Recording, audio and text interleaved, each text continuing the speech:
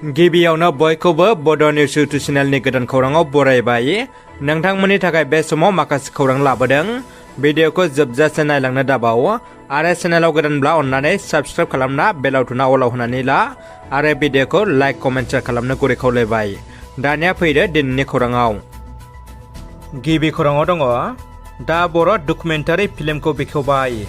2013 मायथाइनिफ्राय गोलाव 10 बोसोर सम नायबिजिरसंनायनि गेजेरजों समबाराव उदालगुरि नोगोर कमिटिनि कनफारेन्स हलाव बेलासि 4 रिंगायाव मोनसे मेहेरगोनां हाबाफारिनि गेजेरजों दा बर' डकुमेन्टारि फिल्मखौ बेखेवनाय जायो।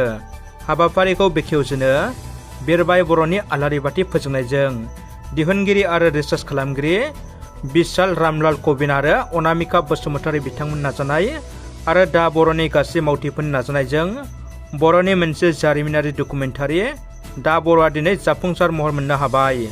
बर'नि नाख्रेबजानाय नासयजानाय आरो मुगैजानाय जारिमिननि साखि महरै दिनै नुजाथिबाय दा बर'आ।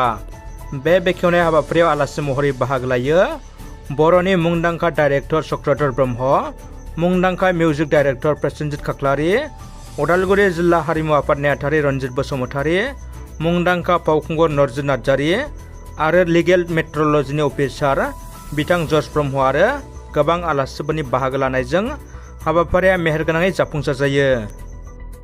गिख्रंथाव आरो गेदेर रेलगारिनि जाब्रबथायजों गोबां सुबुंनि जिउ खहा आरो गोबां जोखोम। खौरांनि बायदिब्ला बांलादेशआव गिख्रंथाव रेलगारिनि जाब्रबथाय जादों।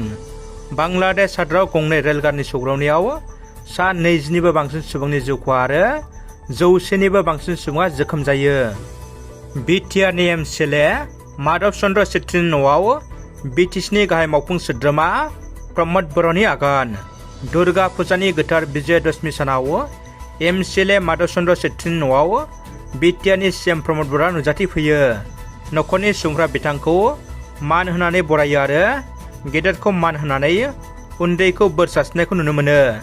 सीएम प्रमद बर'जों लोगोसे MP Rwngwra Narzary, MLA Jayanta Basumatary, OST doctor Sangram Brahma बिथांमोनाबो बाहागो लाफैदोंमोन।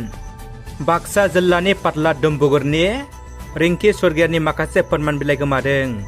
रिंकि स्वर्गियारिया गबर्धनायाव साख्रि एप्लाइ खालाम थांदोंमोन आरो बेखौ खालामखांनानै गबर्धना बाजारावनो एसे बाजार खालामखांनानै न' फारसे गिदिंबोफिननायाव गावनि स्कुटियाव आलायनानै लानाय फैसा बेगआ बबेयावबा गनानै थाबोदों।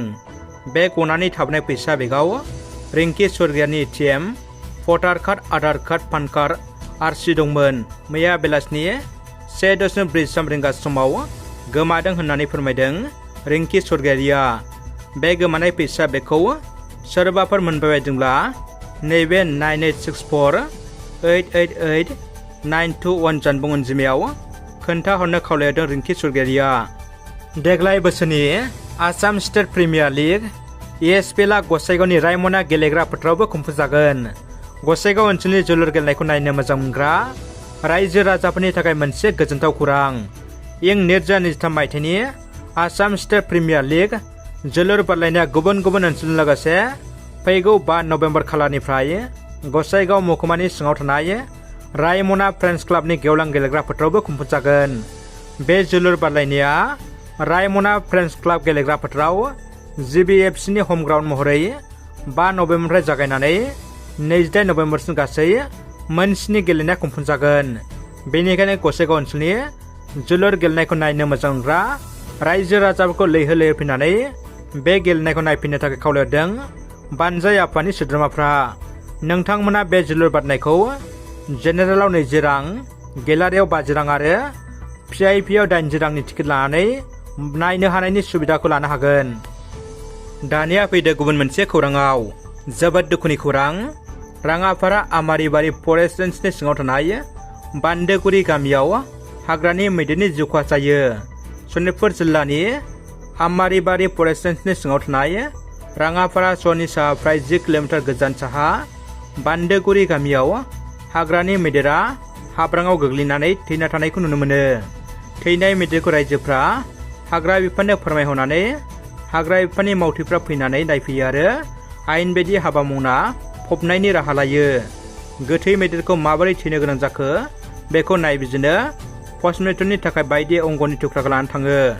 गोथै मैदेरखौ फरेस्ट बिफाननि मावथिफ्रा जेसिबिजों फबनानै गालाङो। तामुलपुर जिल्ला दुलाराय बर' फरायसा आफादा रोंगौथि सायख' आनजाद बर्ड दाफुंनायजों लोगोसे बर्डनो गोहो गथायबाय।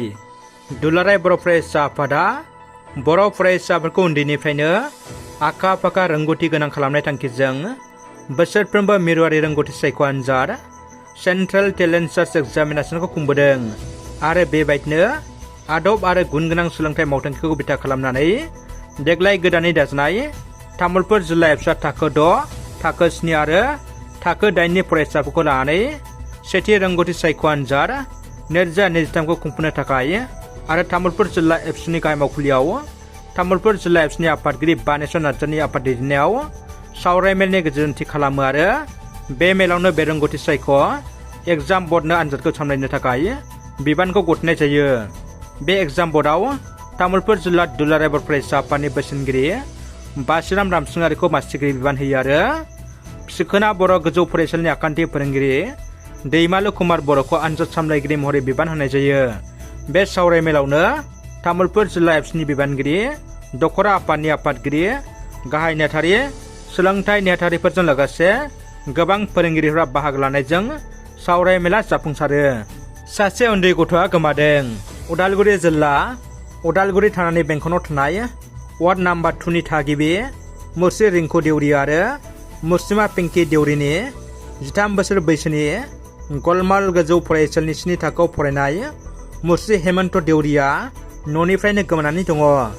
सोरबाफोर बहाबाफोर नुसनबायोब्ला स्क्रिनाव होनाय जानबुं नम्बराव खोन्थाहरनो एबा खाथिनि पुलिस थानायाव खौरां हरनो खावलायदों बिमा बिफाया। मैया दुर्गा फुजानि जोबथा सम विजया दशमीनि समाव बिमा दुर्गाखौ जोबथा बिदाय होनाय बुब्लियावनो रायजोआव गेदेर जाब्रबथाय जादों।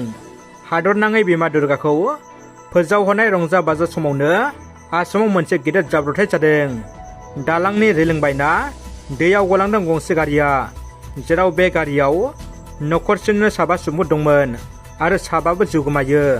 उन्दै गेदेर नखरसेनिनो 7 सुबुंफोर जिउ गोमानाय जाथाया बयखौबो दुखु मोनहोदों। बड'लेण्ड स्टुडेन्ट इउनियननि खौरांगिरि मेल एबिएमसिनि आफादगिरि थाइसेन हुसेन न' गाग्लोबनाय जाथायखौ गोख्रों रावजों सोंखारदों बिएसइउआ। क'क्राझाराव खुंफुनाय मोनसे खौरांगिरि मेलनि गेजेरजों बिएसइउनि गाहाय नेहाथारि दुलाराय बसुमतारिया दायनिगिरिफोरखौ थाबैनो गोख्रै हमनांगौ होननानै पुलिस खुंथायनि खाथियाव दाबि दैखांदों। दानिया फैदो जोबथा खौराङाव। दुर्गा फुजाया बाथौ धोरोमनि फुजा नङा।